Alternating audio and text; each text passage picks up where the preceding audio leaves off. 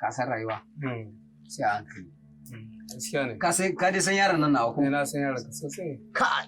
Wallahi yaron nan in gama gaskiya duk garin nan. Banda da kiki irin yaron nan ba da kiki kamar yaron nan duk garin nan. Me zafi haka? Kai. Yo ai karshen kai gaba ɗaya garin nan yankin garin mu da muke na wurin ba ne kai hirgin wa. A'a. To me ke aikata ma haka?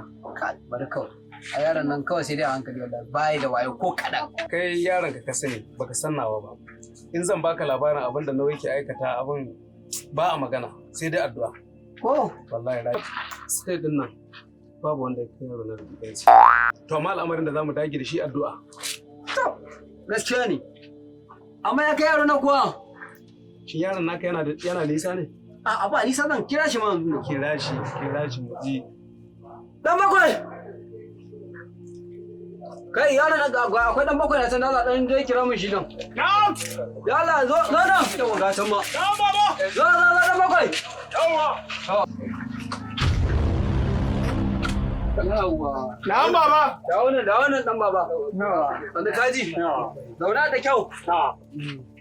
Sannu. Ya mamanku? Lahiya lau. An yi abinci?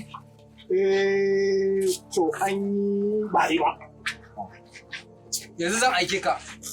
Ka an samu wani abu a shago. Ka zo? To. Don sabida. Babana ya aike ni. Ka dai ji ko? Ka dai ga wannan? Kira mun naka yanzu. Kai. Dalado. Zo mana. Gaskiya na lafiya. Ka ji sunan shi na lafiya. Baba gani. Daga na kake? Daga cikin gida nike. Mama ku tana nan? Tana nan. Zai ka duba ga ina cikin gida. To. Sannan za a dau. Ka gan shi? Ba jin magana. Allah ba mu yara. Al'amari sai da addu'a. Al'amari sai addu'a. Daga wannan rayuwa sai dai ina lillahi wa inna ilaihi raji'un. Ba a ta komai. Sai dai addu'a. Baba. Na'am. Mama ta ce wai baka gida. Bana gida?